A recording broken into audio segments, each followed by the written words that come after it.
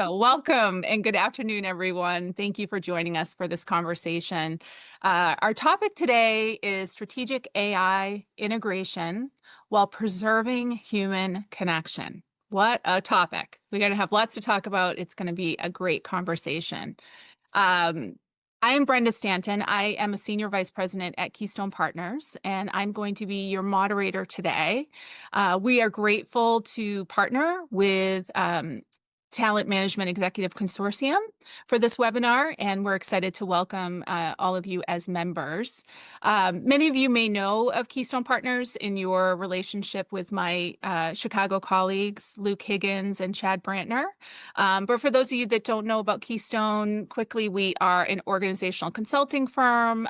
We really support organizations in empowering their people through different moments in their career. And so we can support your people with their onboarding into the organization at different moments where they're either promoted or moving into a leadership role, or even when they're being transitioned out of the organization, we provide outplacement support.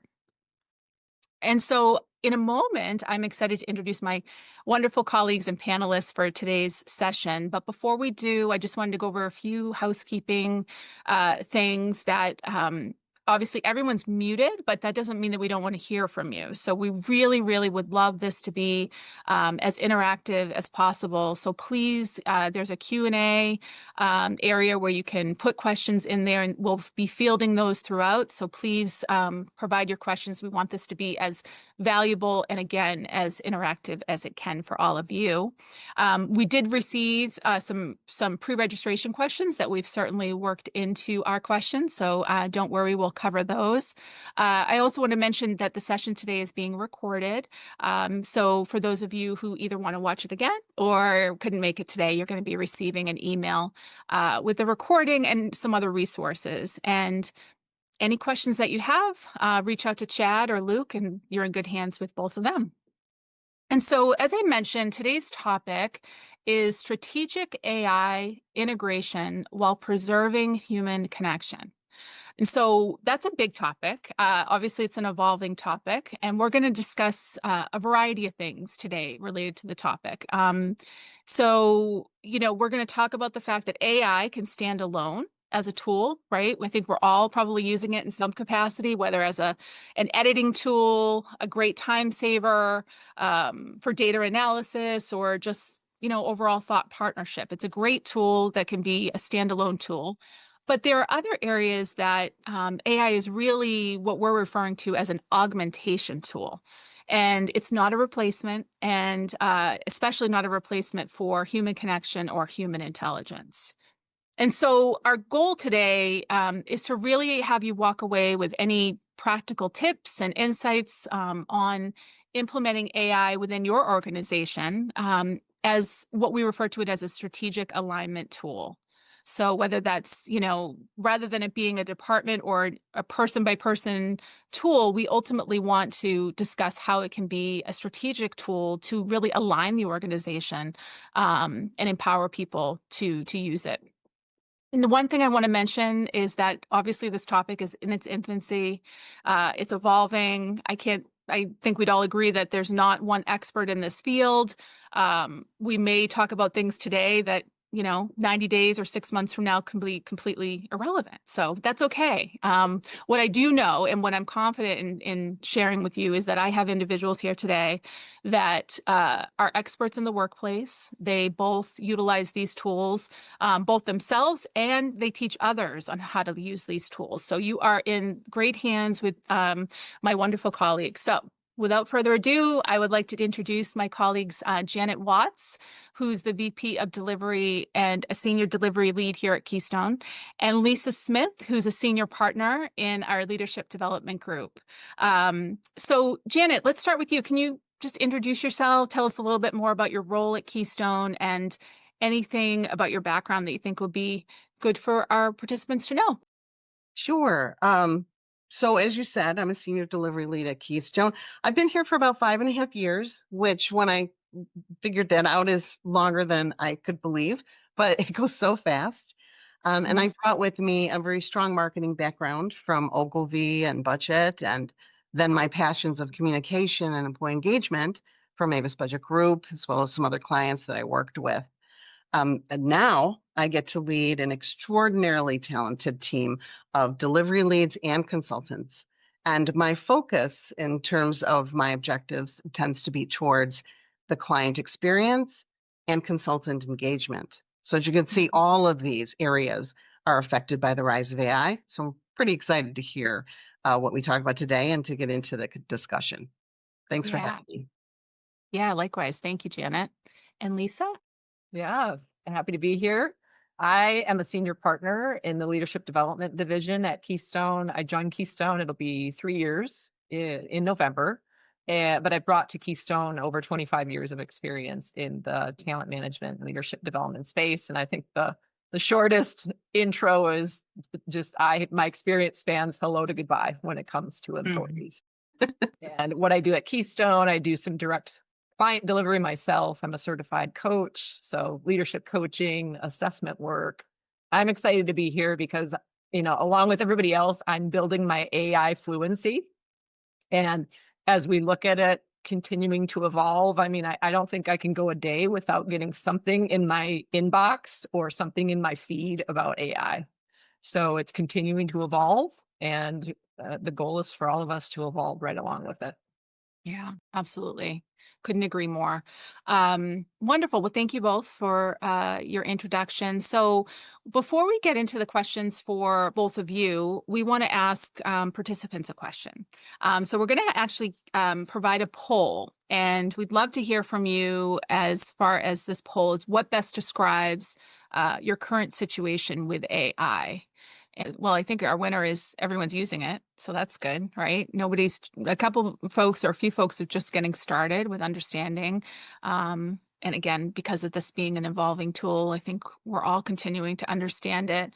But yeah, anything, Janet or Lisa, reactions to the folks here today and their current situation with AI?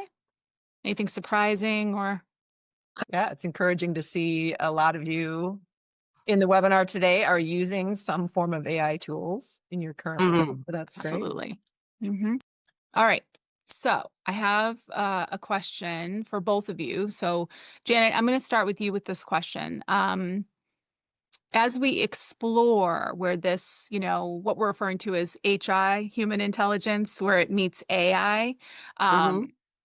would love your perspective on, when in your day-to-day role and the individuals that you partner with, and of course the team that you oversee, where do you see the most promising opportunities for AI enhancement rather than replacement? And then Lisa, when I come to you, we're gonna have it be in your area of expertise on kind of the talent management and development side.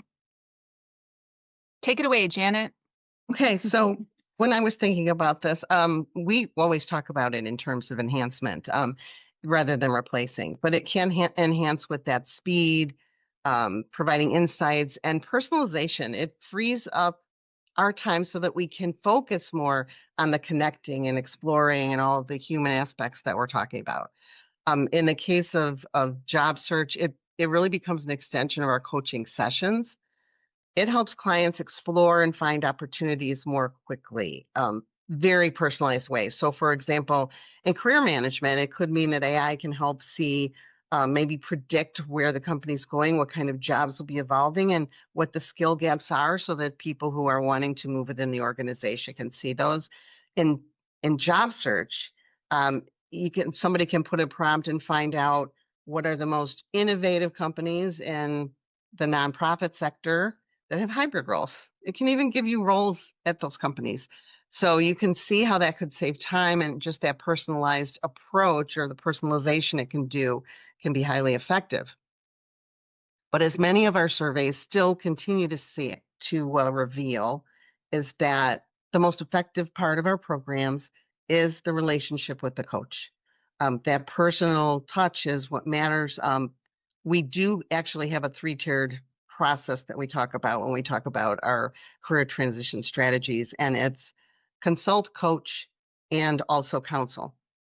Those three working together, all human-centered, is really what drives people through the program. And then we try to incorporate AI into all of those as possible. Consulting or starting with counseling, helping clients through that experience of job search, be a very emotional roller coaster. Um, Consulting is helping them get the best practices that we've learned from thousands of clients, as well as the human resources professionals like those of you in our room today or on the call today. What we've learned from experience. And then coaching is really helping them to move forward, encouraging them, holding them accountable, sometimes just being their cheerleader.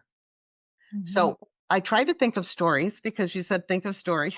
And Yes, I I have a always do. really good example of an accomplished, talented scientist that I worked with who had gone through many rounds of interviews with a number of companies, biopharma firms.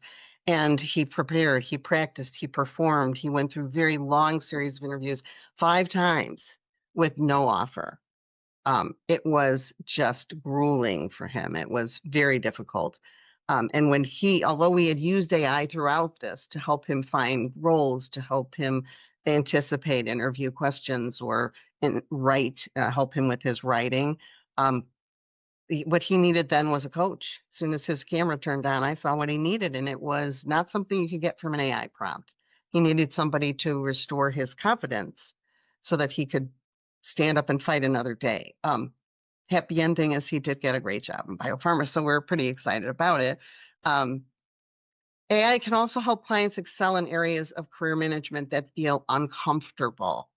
So I did work with a executive tech client who knew a lot about AI and was able to use AI quite a bit, but was really very uncomfortable with networking.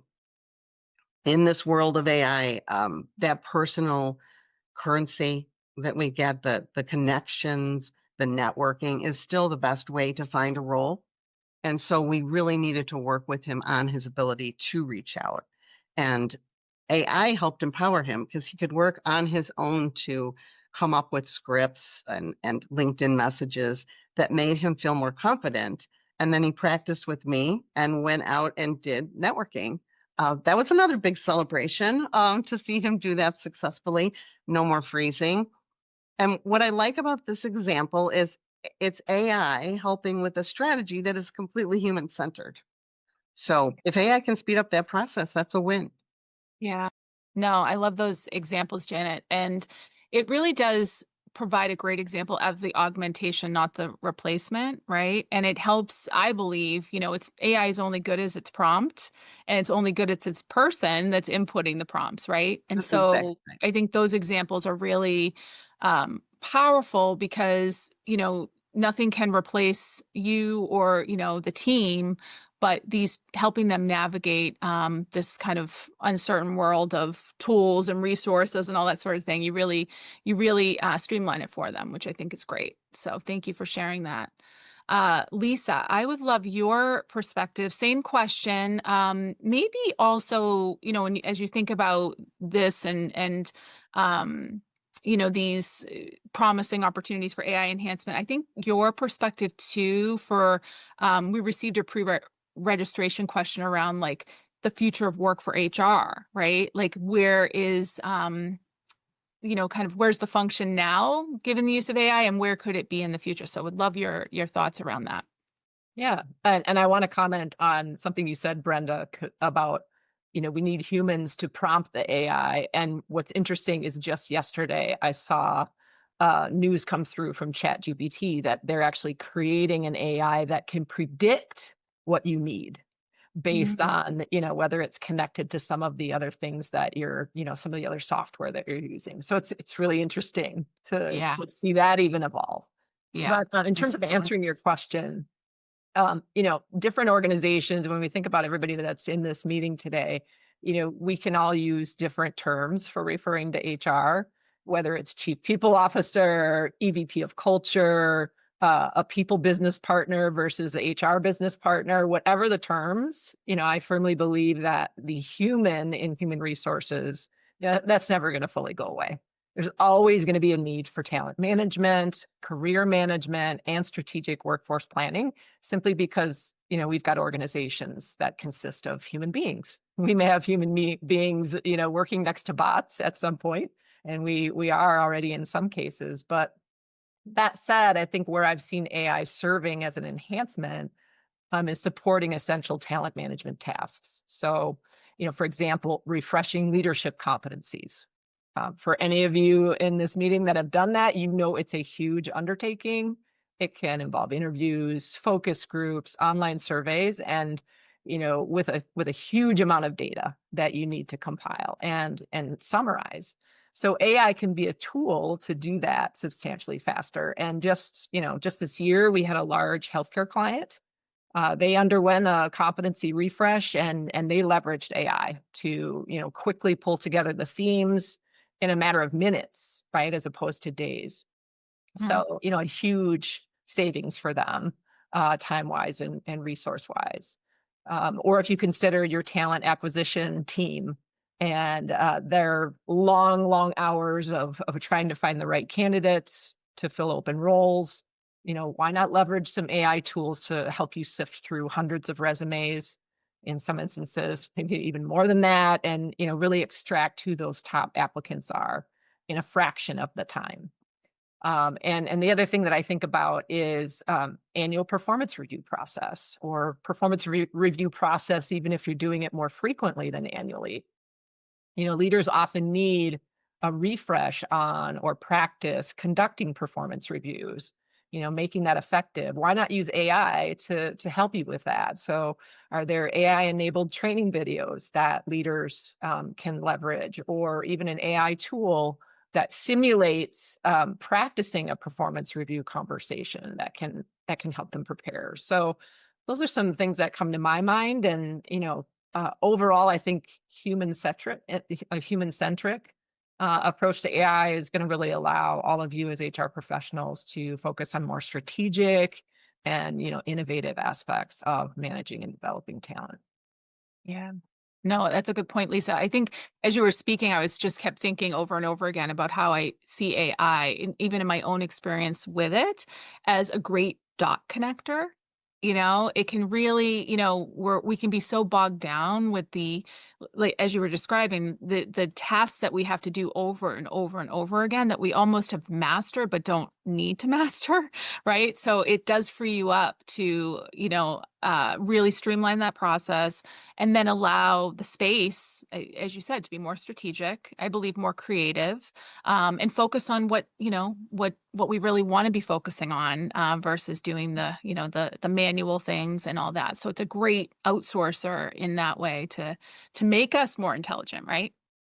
Janet, anything you wanted to add on to that, is specifically around Lisa's mention of the talent acquisition piece? Obviously you sit in a very unique spot where you're working with people and helping them navigate the job application process. Any tips or things that you want to share from your seat for organizations that are looking to hire people, and the what can feel like an overwhelming task of hiring? Yeah, I'm trying to think of the best thing to share. One of the things that I can talk about is our clients' experience with um, the AI generated early interviews, the screening interviews. And for them, that can be a pretty daunting experience. They're not used to talking to a screen without human interaction.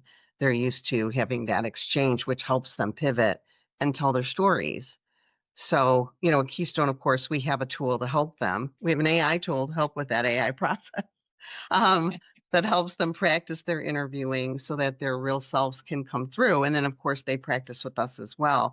But that is a use of AI that I think you need to be careful with how we use it, because it does give them a perception. I've heard a lot of them say things like, it makes me feel like I'm not worth much. Why am I not talking to a person?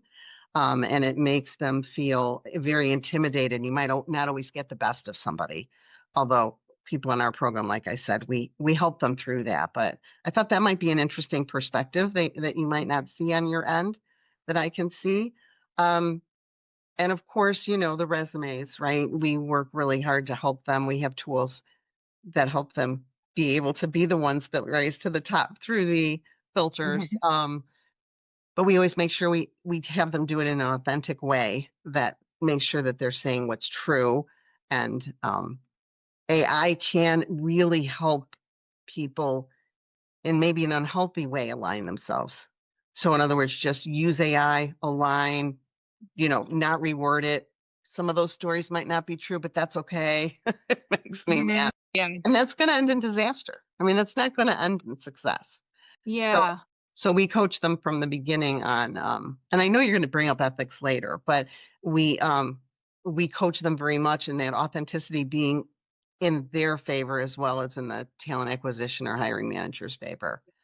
So Absolutely. does Yeah, that help? no, always helps immensely. I actually do want to, in a moment, really drive into the whole ethics piece because I think, again, your role in helping an individual navigate through this, world of job search, and helping them. I keep using the word streamline, but I think that's going to be the theme of today.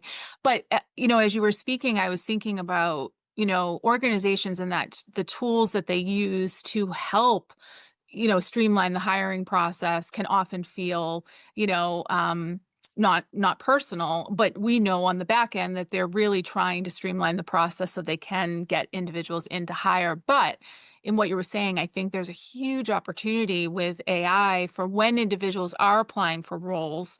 There's an opportunity to personalize now, right? Based on the data that's being inputted and the response back, there's a way to really personalize that experience more. Whether they are, continuing to interview with a screen, there's ways that AI can certainly help make that more of a personalized and contextual experience, right? Because once the data is inputted, it can spit right back out and make that person feel incredibly seen and heard and valued and all that. So that's a tangent we won't get off on. But Well, can I chime in here for a yes, second? please, please. From my early days in career transition, I know a lot's changed since then, but even as I think about talent acquisition teams leveraging AI and your comment, Brenda, about personalizing it more, it's like AI should help us respond to candidates faster.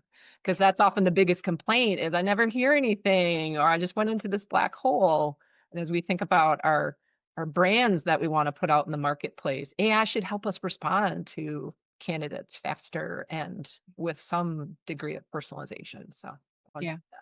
No, thank That you. I is, appreciate that. we did a survey of what clients felt were some of the trends, and they felt that longer job search and ghosting is still a trend for them. So yes, anytime AI can help with those things, that will make the experience better as well. Um, Yeah. and we do Yeah, it's talk to them about why these things are happening, and I think that gives them some comfort too. yeah. Yeah. No, I agree. I think it's an opportunity for connection, right? Because it does, I think us all using these tools, we'd start to be like, oh my gosh, this tool knows me. It starts to personalize, you can search chat, all the things. So again, there's a huge opportunity there. So before I ask you this question, Janet, I just want to mention, please, we really want this to be as interactive. So as we're talking and, kind of having our conversation here, if you have any questions, please put them in the Q&A section and we will absolutely get them. I'll read them and have our panelists answer them. So, all right, Janet, on the same topic of job searching and you and your team being these trusted advisors to individuals that are really not only trying to get a job, but trying to get the right job. Mhm. You know, we talked the other day about that article that was out, like work slop, like this just people Right. outsourcing their brain to AI. And, so I'm curious, and I think people that are here today would be curious to know, how do you guide them to use it effectively while maintaining it as, ethically, right? So it's it's a tool to help them streamline the process, but what we don't want to do is replace their authenticity to come through. So how do you guide them through that so when the employer does decide to interview this person and have them come in, that they allow their true self to shine through? Yeah, so that's a great question. And we do from the very beginning when we talk about AI, and they'll bring AI up if we don't. It's going to come up in the first conversation, honestly, that we have. We always say use it to inspire. So if you want to be, it's difficult writing. I gave you that example. That person had trouble writing, but don't ever use those words. Think of it as, oh, this gives me an idea of how I can say it in my words. And always to be authentic in the truth, which I mentioned before. Mhm. I think you and I talked about that white fonting issue that people do, where they can Yes. try to game the ATS by just putting all the keywords in white. Now tools that will stop that, I think, for human resources people, where they can see, oh, this was just a bunch of white words put in, and they can see that. Or if something matches too closely, that's suspicious. How could it exactly match? Things like that. But even if it got through, it would be a disaster at the end. So that's how we always coach them, is authenticity and telling your story. Matching with the company is what you want to do. You don't want to just win the job. You want to be finding a company that you match well with your experience. And so that authenticity is always important. And that's Mhm. why we talk about it from a human perspective. It's a tool that we can use, and how we choose to use it is what will determine its value in the process. Yeah. Yeah. No, I think that's great. And I think too, I would imagine that employers are working into their interview questions. How are you using AI, right? Not only even in their job search, how did they, so having you and the team there as, really helping them to stay in integrity is going to help them in interviewing, right? That they're coming in avoiding these, you're going to say something? Me? Why Yes. instantly open my mouth? Always That's what you're opening here my mouth. for. That's what you're here for. So, Yeah, no, when you mentioned the fact that, there may be things that they see that they should do, it's important for them to be including um, skills like AI. I mean, part of what we also coach them is upskilling to be able to be attractive to roles. I believe it was LinkedIn that said AI literacy is the number one skill now. But I have clients like in quality assurance, I had one who took time to upskill in AI because he knew he would be a better candidate, and that is true. So even though he didn't use AI as a successful quality assurance executive, when he moved on, he thought, I need to upskill in this. I need to know how to use this for my job. And he broadcasts that everywhere, and that has gotten him a lot of attention. yeah, So when you talked about that AI literacy skill, it, that's huge. How to upskill for the job you need yeah, is really, really important. yeah, absolutely. I Lisa, wanted to anything to just add? add, yeah, Yeah, Luke in the chat said, thanks for bringing up work slop, because we were talking about that yeah, today. And I would imagine some people who haven't heard about it, maybe they're Googling work slop right now, and AI is telling them what work slop. But yeah, there was a study by Stanford that coined the term, and it's AI generated work content that masquerades as good work, but lacks the substance to meaningfully advance a given task. So there's rework now that's happening because people are using AI irresponsibly and passing it off as a work product. And they haven't done that review of the AI product in order to polish it up and add their own touches. So yeah, Lisa, yeah. part of that is it makes things up. I think they call it hallucinate. Hallucinating. Yeah, So so they really have to make sure the information is accurate. When they use it for research, we always say use one of the tools that will give you sources of information. So you can see, did this career advice come from a Reddit post, or did it come from, Forbes or some whatever they feel is a reputable source? So it helps them to make sure that they're researching the research to know that it's true. yeah. It's funny as we're talking about this, I'm almost the optimist in me is right because I think we're going to talk a little bit later about the more of the emotions and navigating the uncertainty around this tool and all that. But the part of me that really tries to stay with a growth mindset is thinking of self actualization, right? And it's like, what if this tool is essentially allowing us as people to self-actualize even further, right? Become more creative, become, just more trusting of our own intelligence and knowledge and, using tools like this to, help again with those those menial things that a computer can literally do. So I think we have something in here. I know we also have a poll too. Allison, I posted about that yesterday. We've seen this before, AI as well, but now the slop is more neatly organized, but still slop. Interesting. Yeah. It looks Yes. beautiful. Peeling the Yeah. onion away, and you know, Yep. the layers of the onion, you're like, oh goodness, this doesn't look Yep. good anymore. Absolutely. Great. All right. So we have a poll, another poll, and hopefully the two of you will be able to, and everybody will be able to see the results. That's the goal. So this poll is going to ask, which skills do you think will be most valuable as AI becomes more common? All right. So we've got emotional intelligence and people skills, no surprise. And then it's a tie between adaptability and continuous learning, communication and relationship building. Interesting. Critical thinking and judgment, and then creative and strategic thinking. Yeah. Thoughts on any of that, or surprised, or pretty affirming? Yeah, it's affirming. And I mean, my comment would be like, if I was taking this poll, I would want an all of the above button. Yeah.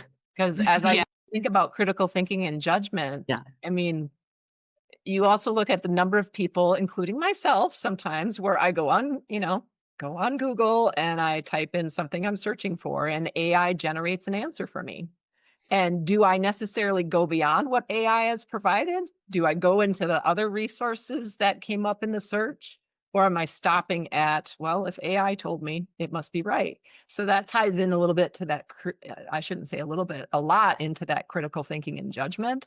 And should we be researching? When should we be researching beyond what AI has provided us? So I think that's interesting. Yeah. No, and Kara is echoing that. Yes, Lisa, I'm a bit surprised. Critical thinking was the lowest, as it will be critical to that we do not just rely on what AI tells us to do. And then Matt agreed. So I think that is, hey, Tracy, we need to be careful as AI can hallucinate and provide us true information, right? Absolutely. Untrue, excuse me. True True information. information. Yeah. So we have to Absolutely. prompt the AI not to hallucinate, which is Yeah. what the three of us talked about the other day. Right. Yeah. Yeah. Interesting. And Kara says, and tell us what we want to hear, right? So we want it to be ultimately a development tool, right? Challenge. Again, this is where the coaching and the intuition and things of that nature really are, not replaceable, right?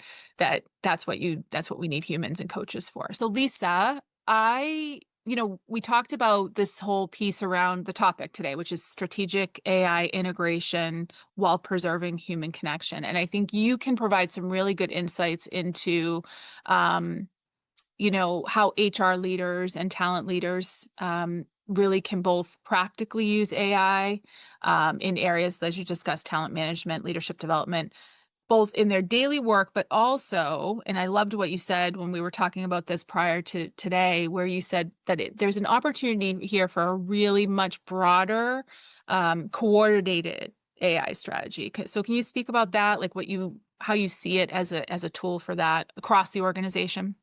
Yeah, for sure. And I, mentioned a few practical examples earlier, and I'm happy to add to those. But yeah, definitely when we zoom out to really the enterprise level, as HR executives, HR business partners, people business partners, you all play a key role in ensuring that your organization's pursuit of AI is strategic, it's aligned. That typically starts with, if you're not doing it already, is facilitating discussions with your executive team and key business leaders, about, where they're part of the organization, they might benefit from greater efficiencies, or where they're experiencing accuracy or, quality issues that AI could potentially solve for them. So really coordinating that effort, facilitating that effort. And you don't have to be the AI expert in the room, but you do need to be AI fluent. And, our first poll today showed that a lot of you are working towards that. So, use your expertise in listening to the needs of the business, identifying themes, and then finding the right partners to address those needs, those AI needs, whether those are internal resources or external. Another way is ensuring that AI isn't being deployed in silos, right? And without essential employee support and training. That's huge. During one of my recent organizational development roundtable meetings, we meet 6 times a year. But AI has been the topic a couple of times in the past year, and a few members expressed frustration with their IT team for launching several AI tools without collaborating with HR. So, doing so would have ensured a smoother rollout relative to employee communications and training. And certainly, the IT department had the best of intentions. We don't want to throw them under the bus at all. But without coordinated, aligned efforts and an aligned approach, AI implementation in those cases, it was clunky and it fell short of expectations. So that's a key role you can play. And I guess the last thing that I would want to mention relative to this question is, you know, your role as HR leaders in the change management efforts that support it all. So, leading and managing change has been an important leadership skill for many years now, but AI has significantly amplified the need for it. And it's specifically, where are you equipping your leaders to address the human side of all these tech changes? So managing resistance, emotions, trust, maintaining human connection. So that's where I really think all of you as HR leaders can really play an important part. Yeah. Thank you, Lisa. So it's interesting, again, as you were talking, it was like popcorn popping in my head. And I remember when it was either during the pandemic, it was during the pandemic, I saw a role. I don't remember how I saw it or which organization it was, but I do remember Dave Hennessy, who has the Hennessy Report. He'd be happy at giving a plug right now. He has the Hennessy Report podcast. He interviewed this individual because the title was Chief Remote Officer. And it was the only one we had ever seen of that. And I don't even know if it still exists, but it was there to navigate the pandemic. And as you were talking, I was like, oh my gosh, what if there's going to be a Chief AI Officer, right? Is that a future role? And how are we addressing that? Because obviously with the pandemic, we had to address things we never had to address before. So is there opportunity to not only create a C-suite role for that, but are there other opportunities that'll trickle from that as well? So just something to think about. Yeah. We have to see whether that falls under, chief technology officer or chief. I know. Or will it be specifically earmarked because it's so critical? That'll be interesting. It will, and I have not heard of it. That literally just came up in my. I've not seen it advertised or, but who knows? We put it out in the universe, and Janet, you might be placing, you might be helping somebody interview for that job. Maybe, yeah. We are always looking at job trends. I just wanted to say something in relation to what Lisa said about HR being involved in this whole AI process. And rolling it out to a company, because there was a study by LinkedIn that said half of the people felt that keeping up with AI was like another job, and that that 40% felt that it was burnout affecting their well-being. So there is a lot of fear, and when things just get thrown at people, as we all know, that can be difficult. So I just thought, wow, what you said kind of related to that research that popped up on my desk. So yeah, awesome. All right, so we have a submitted question, which makes me happy. So, all right, what is the balance between using AI to accomplish all of the job responsibilities, to mark them as completed, versus doing quality work? Are there limits to where the workforce should or shouldn't use AI in their work? So it kind of builds on what we were talking about earlier with the whole work slop piece. Yeah. And it's a really good point, because I think it's that piece around outsourcing your brain. And I think the biggest thing, and I want to obviously hear what you have to say, but when I think of AI, I think of the word discernment. Is discernment, is this my voice? Is this how I would say it? So, but I want to hear what you both have to say, whoever wants to jump in on this one. Please, Lisa. I mean, when we're talking about using it, I mean, we kind of talked about that today in terms of always saying, is this my voice? Not using it. Work slop comes from look what I did. I needed to make this presentation, and I used AI, and it looks amazing, and everyone's impressed, but they go, I really couldn't keep up with that. What was that about? It doesn't make sense in the end, and it isn't always true. So quality always, in my mind, has to supersede the fact that it gets done quickly. It should be that it's better because it got done quickly. Like it gets done quickly, and then you have the time to look through and, like you were saying, discern or use that critical thinking, use all the skills that we have that it can't do.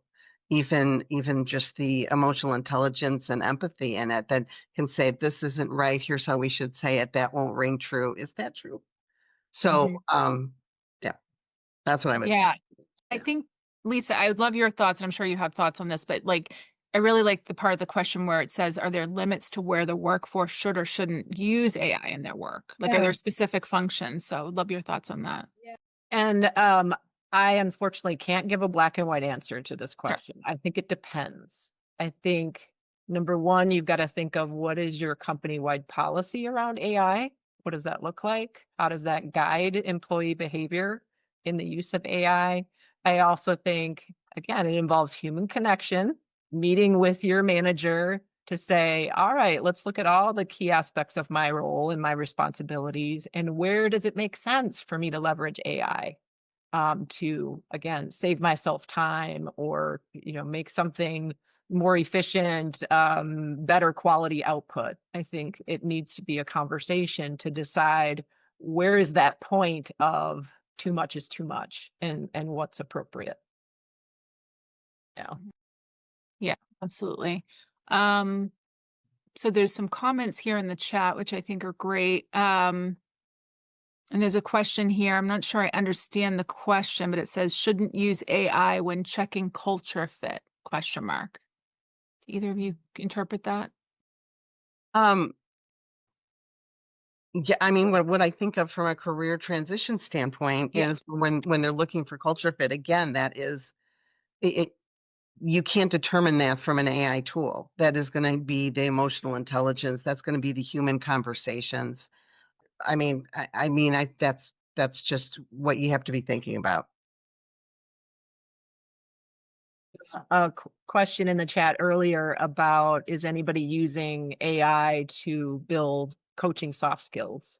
And I was excited to see that, and I saw some chatter around that, but absolutely, we are using that. So when, Keystone, we are also looking at where we can leverage AI to provide better offerings to our customers. And that's one of the things that we have is an AI enabled coaching skills tool. So yeah, commented in there that said, if you want to hear more about it, let's chat. But Yeah. it's absolutely a wonderful tool to, whether it's somebody who's an internal coach within an organization or an external coach, sharpening their skills. That is something that we are definitely leveraging.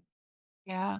It makes me think about a tool I saw somebody advertise the other day on LinkedIn for public speakers, and essentially uploading your speech and it giving you feedback in real time about, your word pace, your mannerisms, your eye contact, all the things. And I thought that was really interesting too. So, all right, we've got our final poll that we want to work in here.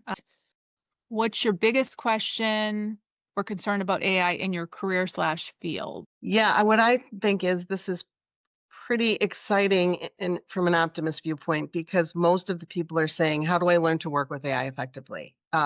So that's saying this is a group with a lot of resilience and adaptability because they're not thinking as much about they're thinking, how can I use this and enhance what I do, which is really what we've been talking a lot about today. So Totally. I love that Yeah. that's 65%. I think it's fantastic. Yeah, I agree. And actually, that is a really good lead in to my next question. So, I think, yeah, 65% of you said, how do I learn to work with AI effectively? That was the big one. 29%, how do I stay competitive alongside AI? 24, can AI really understand human nuances? That was also 29%. And then, will AI make hiring more or less fair? 24%. The lowest one was 12%. Will AI replace roles like mine? So yeah, I agree with you, Janet. That's encouraging to see. Got a lot of resilient, adaptable people on the call today. Yeah, we Yeah. gotta go. This is happening. So how Mhm. can we make it even how can I stay competitive is related to that. It's Mhm. what do I need to do to keep moving forward? Um, Yeah. I love that. Yeah. I love that a lot. Lisa, I don't know if you see in the chat, I'm not sure what you can and can't see, but Mhm. Tracy wants to chat about the AI tool. And then Sandra made a great statement. AI should enhance human experience, not replace humans, right? Absolutely. So we're the humans that, a human developed this. So like we should be in control of how this evolves and unfolds. So that was a really good lead in, as I said, because sounds like everyone here is really embracing it and, maybe considered to be Mhm. early adopters to this tool.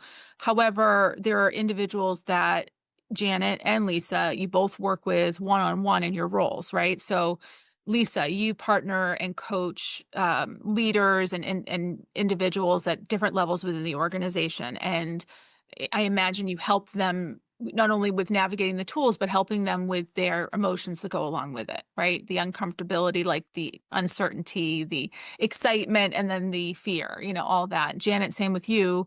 You help them increase their confidence with using these tools and use it really almost like a mirror, right? Like helping them feel more confident and really understand their skills and their value.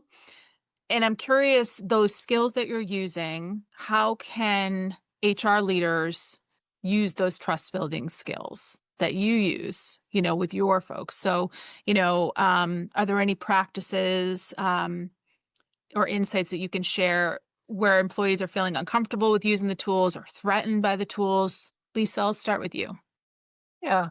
Um, I think in any case, it starts with talking about the why and the how AI can benefit, um, the employee. And when I think about my leadership coaching practice, my role as a coach, talking about that in the coaching process. And right now, my main use of AI in coaching is to allow me to quickly compile themes from 360 interviews that I'm doing as part of a coaching engagement. There's always an assessment phase to our coaching engagements, and within Keystone's leadership development division, we've piloted a tool where we've done the compare and the contrast between reports created completely by human effort and reports created with the help of AI, and they are spot on. It's pretty remarkable, with a few wording changes, of course. We're not creating work slop. I'm going in there and adjusting and refining some of the wording.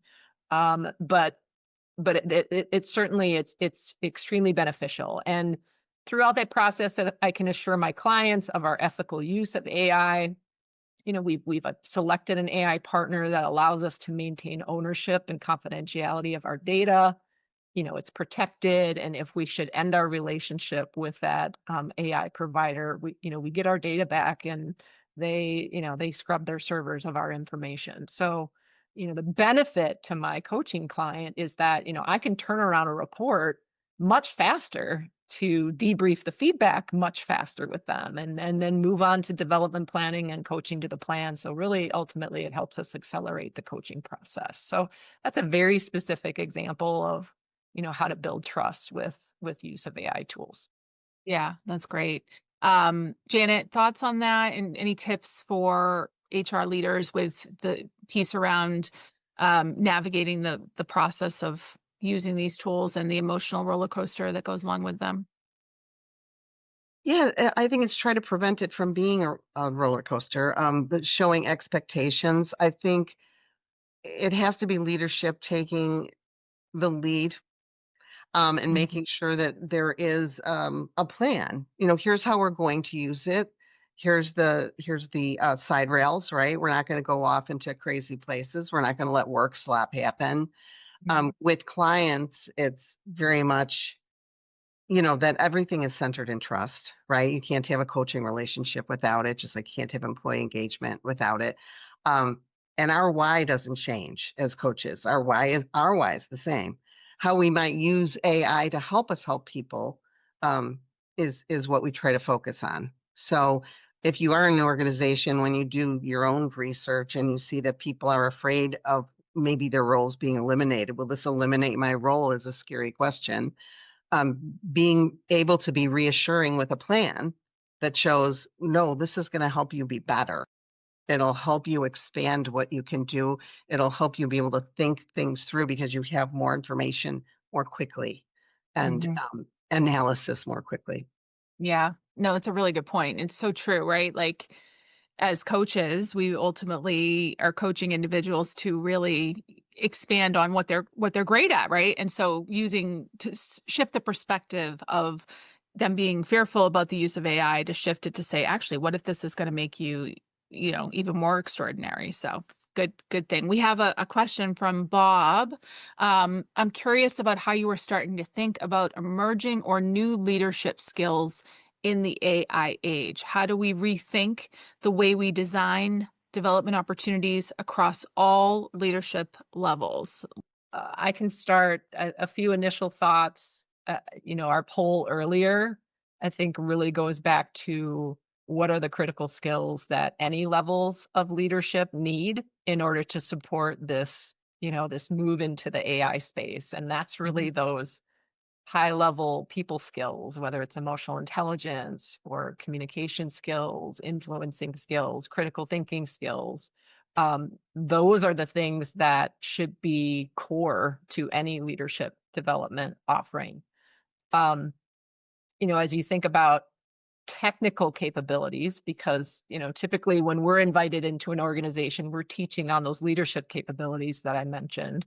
Certainly there may be some technical competencies that you want your leaders to have, so that's where you could have an internal technical expert come in and talk about AI as part of the leadership development experience and really make it specific to your organization about this is how we're using AI, this is our policy related to the AI, and this is how we see you using it in your specific role as a leader in our organization. So, um, yeah.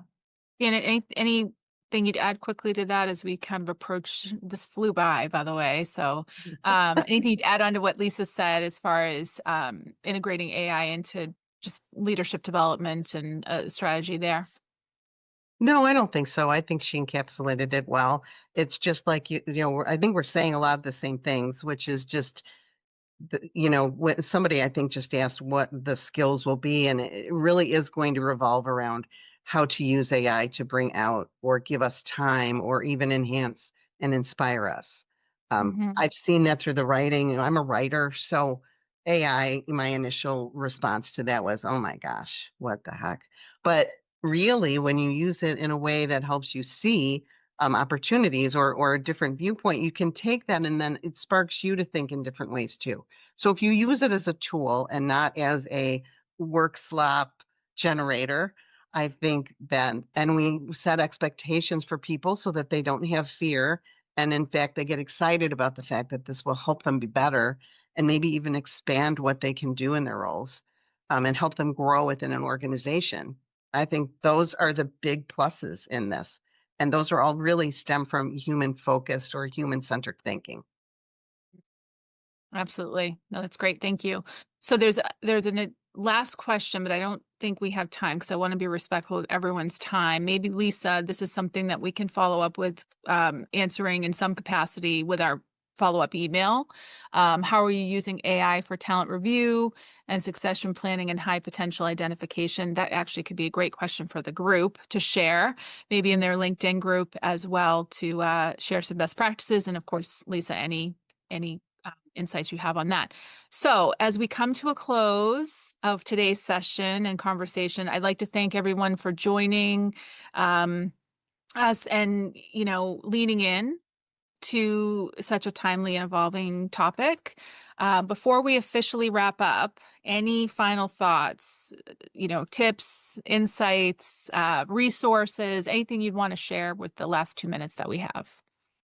I'll just share quickly. I think, as we zoom out and we look at historically how we've been evolving in business and in organizations. I mean, I think back to, when we started to automate things, especially in manufacturing, and there was all this fear of where are the people going to go?